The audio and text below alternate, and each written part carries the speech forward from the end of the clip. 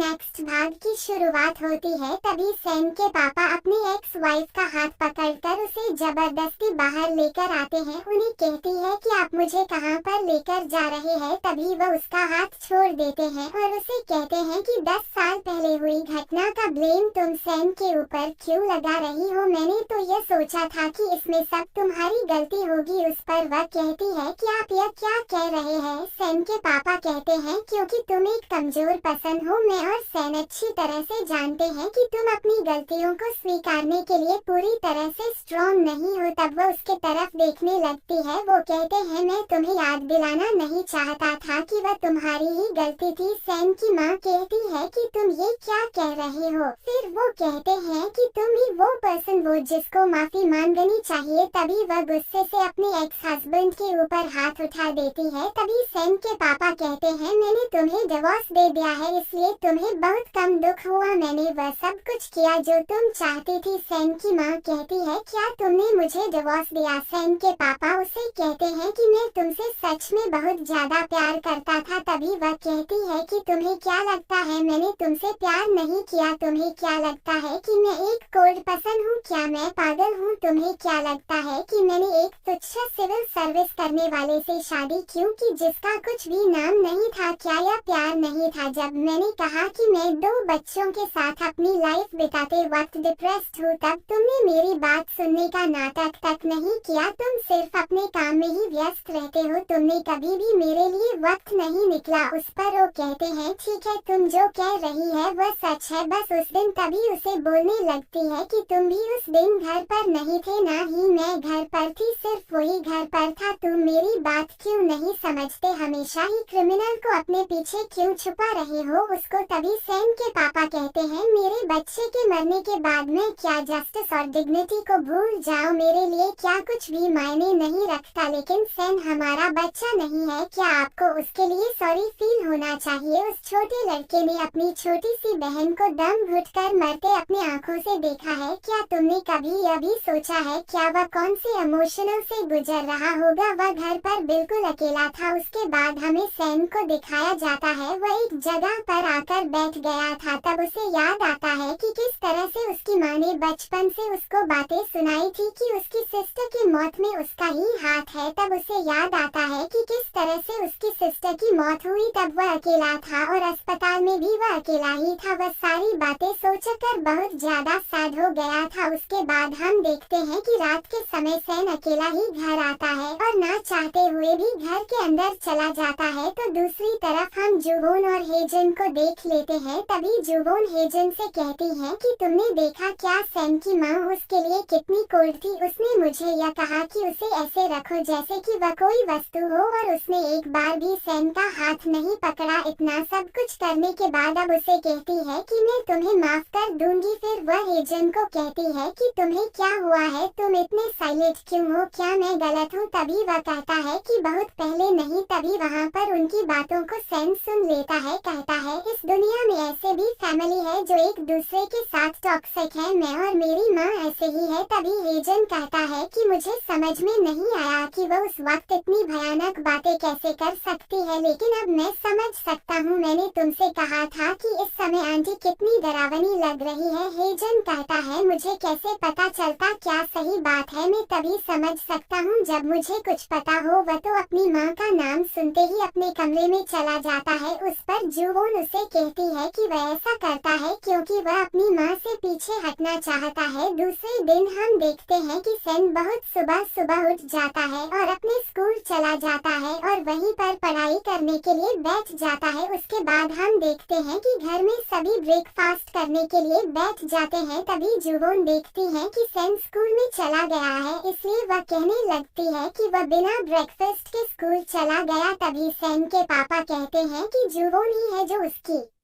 Care करती रहती है और मैंने आंटी को बोल दिया कि वह सैम से कांटेक्ट ना करे। उसकी दादी अपने बेटे के साथ जापान में है, इसलिए उनका कॉल उसे नहीं आएगा और वह शांत रहेगा। तभी जुवोन कहती है कि बस कुछ समय के लिए, उसके बाद क्या फिर से सब पहले जैसा चालू होगा। तभी सैम के पापा उसे कोई भी आंसर नहीं देते हैं। तभी वह कहती है कि लगता है उसकी नींद ठीक से हुई नहीं है, इसलिए जल्दी स्कूल चला गया। फिर अपने पापा को कहती है कि पापा आपके पास 30 से अच्छा कुछ है क्या, किंग जुजुब टी या एम्परर जुजुब जैसा चाहिए तभी है। हेजन स्माइल करने लगता है। जुवोन के पापा कहते हैं कि मैं मार्केट जाकर सब जगह पर उसे ढूंढता हूँ, तब तक तुम्हें कुछ बना कर देता हूँ, इसे जाकर सैन को दे देना। उसे जुवोन खुश नहीं होती है और गुस्से से खाने लगती है। यह देखकर हेजन फिर से स्माइल करने लगता है। तो दूसरी तरफ हम सैन को देखते हैं, वह क्लास में सोया हुआ था। तभी है हेजन अपने फ्रेंड्स के साथ सैन के क्लास में आता है। उसके पास फ्रूट से भरी हुई बैग रखता है और सैन को उठाने लगता है। तभी उसका फ्रेंड कहता है कि प्लीज उसे मत उठाओ, ब्रेकफास्ट उसके पास रखो और बाहर चलो। उसके बाद हुआन सैन के क्लास में जाती है। वहाँ पर देखती है सन नहीं था, इसलिए वह उसके क्लास के एक लड़की को पूछती है कि मेरा ओप्पा कहाँ पर गया है। तभी वह बताती है कि उसने मुझे बताया था कि वह लाइब्रेरी जा रहा है। दूसरे दिन जुवोन सैन के लिए बहुत सारा ब्रेकफास्ट लेकर उसके क्लास में आती है। देखती है वो नहीं था, वो उसके डेस्क पर रख देती है। उसके बाद हम देखते हैं हर दिन जुवोन सैन के लिए ब्रेकफास्ट लेके आती थी, मगर उसे वो नहीं मिलता था, इसलिए ब्रेकफास्ट को उसकी जग पर रखकर चली जाती थी। ऐसा हमेशा ही होता था। एक दिन हम देखते हैं कि सैन बस से नीचे उतरता है। तभी सामने वो हेजन को देखता है। तभी सैन उसे इग्नोर करके वहाँ से जाने लगता है। हेजन उसे बताता है कि हम सब ने खाना खा लिया है, लेकिन तुम ऐसा कब तक करने वाले हो? तुमने ही कहा था कि हम दूसरे लोगों की नजरों में बिना माँ के बच्चे हैं, लेकिन तुम तो अंकल के साथ रहते हो। लेकिन मुझे देखो, मेरे पास तो कोई भी नहीं है। तभी सैन उसकी तरफ दिखाता है। हेजन कहता है तुम्हें तो मुझ पर बहुत ज्यादा दया आती होगी। तभी वह कहता है कि कौन कहता है कि दया रिलेटिव है। हेजन कहता है मेरी माँ ने मुझे कहा था कि वह बहुत सारे पैसे कमाकर वापस आ जाएगी। उसके बाद जब मैं मिडिल क्लास में गया तब सच बताता हूँ मैंने इस बात के ऊपर विश्वास करना छोड़ दिया था, लेकिन तुमने ही इस बात को उठाया और मेरे घाव पर नमक छिड़काया था। लेकिन देखो, मैंने कभी भी खाना खाना नहीं छोड़ा है क्योंकि मैं शर्मिंदा था। देखो, शर्मिंदा होना एक बात है और खाना खाना दूसरी बात है। क्या तुम कल का ब्रेकफास्ट भी नहीं करने वाले हो? क्या उसे करोगे तो यह नहीं साबित होता कि तुम शर्मिंदा नहीं हो। वो कहता है नहीं करने वाला हूँ। ऐसा बोल के वहाँ से चला जाता है। तभी हेजन उसे कहता है कि देखो, तुम अब बड़े हो गए हो, अपनी युवा अवस्था से गुजर रहे हो, तुम इस बात को कब समझोगे? अब बहुत देर हो चुकी है। दूसरे दिन हम देखते हैं कि जुवोन सैन के क्लास में जाकर उसके लिए उसके डेस्क पर ब्रेकफास्ट रखती है। तभी उसके साथ पाक दाल भी आई हुई थी। तभी हेजन की एक्स गर्लफ्रेंड पाक दाल की तरफ देखती है तो पाक दाल उसे ग्रीट करती है। तब हेजन की एक्स गर्लफ्रेंड उसे देखकर कहती है कि यह सब करने की क्या डील हुई है। उसकी बात को जुवोन सुन लेती है। वह बाहर आती है, पाक दाल को कहती है मैंने तुम्हें कहा था ना उसे ग्रीट नहीं करने का। वो कहती है ठीक है, मुझे रियलाइज ही नहीं हुआ। फिर कहती है कि तुम कुछ दिनों से लंच बॉक्स को सैन के डेस्क पर रख रही हो, लेकिन उसका वो कुछ दिनों से क्या रहा है? क्या उसने स्कूल का लंच स्किप किया है क्या? उस पर जुवोन कहती है कि यह दोपहर का लंच नहीं है, उसने कुछ दिनों से ब्रेकफास्ट छोड़ा है। पाक दाल कहती है कि वह शायद पढ़ाई में बिजी होगा। तभी जुवोन उसे कहती है कि क्या तुम सैन को लेकर चिंतित हो क्या? तभी वह कहती है कि बिल्कुल भी नहीं। जुवोन कहती है फिर तुम्हारा कहने का मतलब क्या है? क्या तुम्हारे दिल में हेजन के लिए फीलिंग्स कुछ पल के लिए ही थी क्या? तभी पाक दाल जल्दी से जुवोन के मुंह पर हाथ रखती है और उसे शांत रहने के लिए कहती है। उसे कहती है कि मुझे बस उसे एक फेवर मांगना है। उसके बाद देखते हैं कि सैन बाहर से कुछ खाना लेकर क्लास में आ जाता है। तभी वह अपने डेस्क पर देखता है जुवोन ने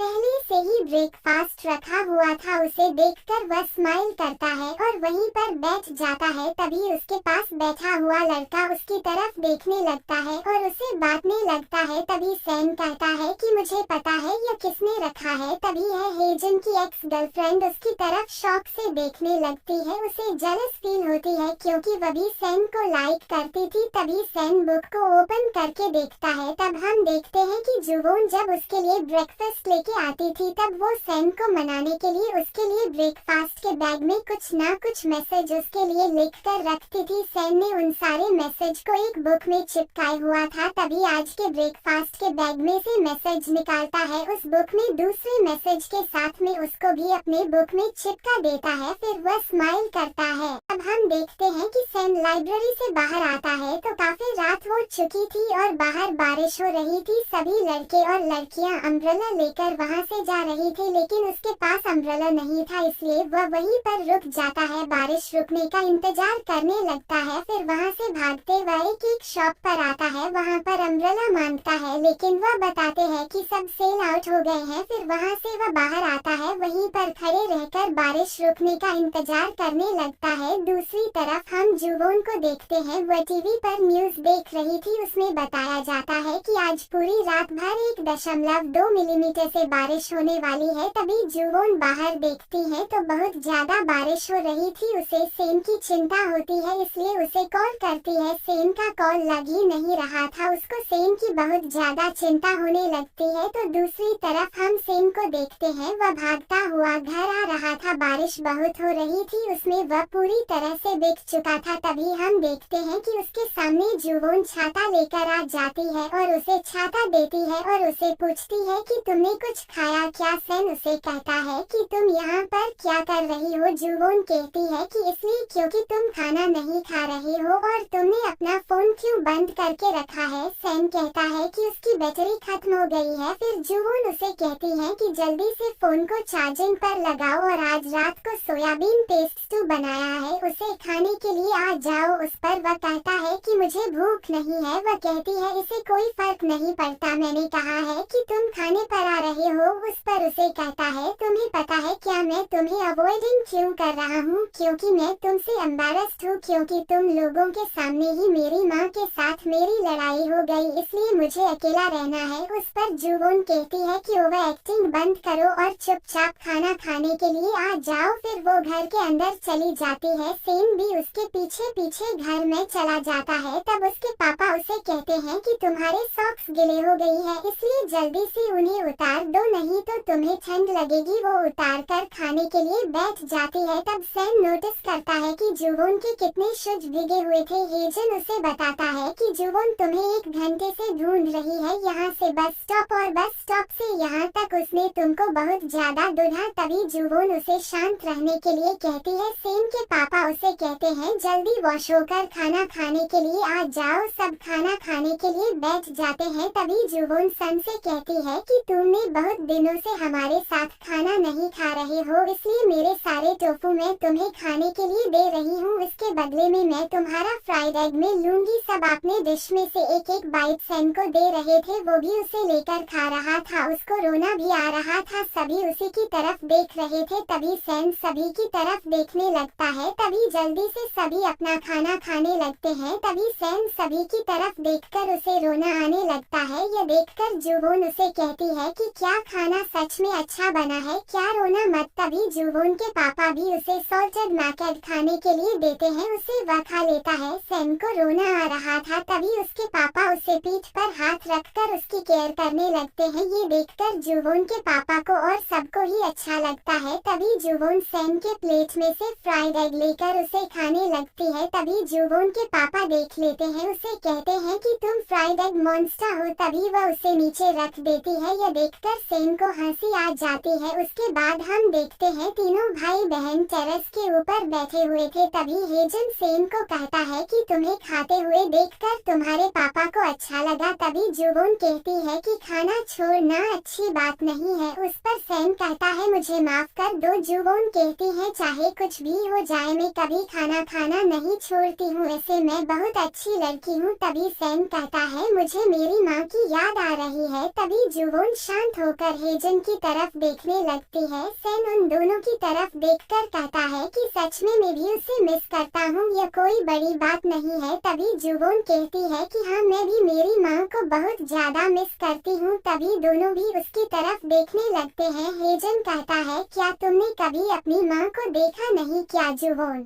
कहती है कि हाँ मैंने उसको सिर्फ फोटो में देखा है। हेजन कहता है लेकिन तुमने इसके बारे में कभी कहा नहीं। जुवोन कहती है कि अगर मैं सबको बताती रहती कि मैं उसको बहुत ज्यादा मिस करती हूँ तो इससे मेरे पापा सैड हो जाते हैं। तभी सेन कहता है क्या तुम्हें लगता है मेरे पापा को भी मेरी माँ की याद आती होगी। जुवोन कहती है अगर उन्हें आती भी होगी तो क्या वह तुम्हें बताते। उसके बाद हेजन भी कहता है मुझे भी मेरी माँ की बहुत ज्यादा याद आती है। तो दोनों भी उसकी तरफ देखने लगते हैं। उनकी तरफ हेजन देखकर कहता है, मुझे भी याद आती है। तभी जुवोन कहती है कि 19 एज वाले लड़के को अपनी माँ की बहुत ज्यादा याद आती है। वो कहता है, तुम हमेशा ही मुझे इस बात के ऊपर टीज करती रहती हो। तभी सैन को सिंक आती है। सैन बीमार पड़ जाता है। सभी उसकी बारी बारी आके केयर कर रहे थे। जब उसके पास उसके पापा आकर केयर करने लगते हैं, तभी वो नींद में ही कहता है, माँ आप वापस मत आना। तभी उसके पापा को याद आता है कि उनके एक्स वाइफ ने कहा था कि मैं बार बार सैन को मिलने के लिए आ जाऊंगी। आपको नहीं लगता है कि सुहुई हमारी बेटी की तरह दिखती है? सैन के पास और एक मौका है, वह हमेशा के लिए सुहुई को खुद से दूर नहीं रख सकता। मैं भाई बहन को फिर से साथ में मिलते हुए देखना चाहती हूँ। क्या यह गलत है?